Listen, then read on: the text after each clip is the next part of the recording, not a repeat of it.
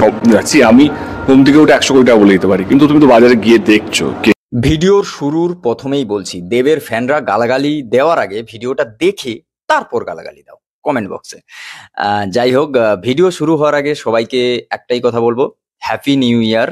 সবাই নতুন বছর শুরুটা একেবারে শেষ যেভাবে কাটিয়েছো 2024-এ আনন্দ করে, সেভাবে শুরু থেকে একেবারে শেষ পর্যন্ত 2025টাও সেইভাবে কাটাও। আর ভালো করে কাটাও, পরিবারকে নিয়ে কাটাও, আর বন্ধু বান্ধব সবাইকে নিয়ে মস্তিতে থাকো, আর নিজের লক্ষ্য পূরণে পুরো টাইমটা লাগিয়ে দাও। তো চলো ভিডিওতে আসা যাক। হ্যাঁ, যে কথা বলেছি, দেব ব্যর্থ। কেন ব্যর্থ, তাই তো?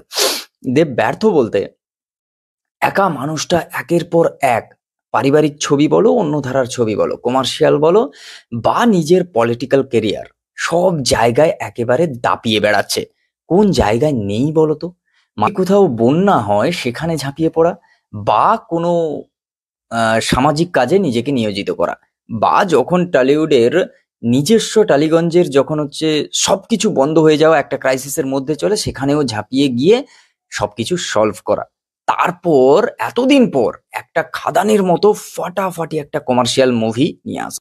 একজন মানুষ যখন ম্যাসিভ সাকসেস পায় বা উপরের দিকে উঠতে থাকে, তার দেখবে অনেক শত্রু তৈরি হয়ে যায়। তো ফেক নিউজ আসবে, তো ফেক নিউজে যেও না। তোমরা ভালো মন্দ বিচার করতে জানো, তোমরা সেটা করো, আমিও চাই তোমরা করো।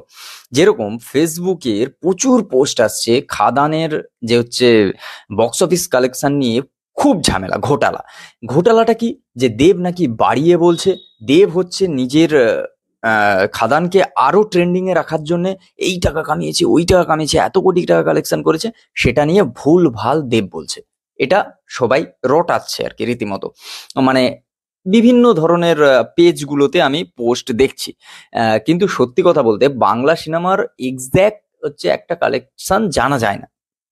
ঠিক আছে, সেই জায়গায় দাঁড়িয়ে যদি প্রোডাকশন হাউস নিজে সেইগুলো জানায়, সেটা কি খারাপ তোমরা বল?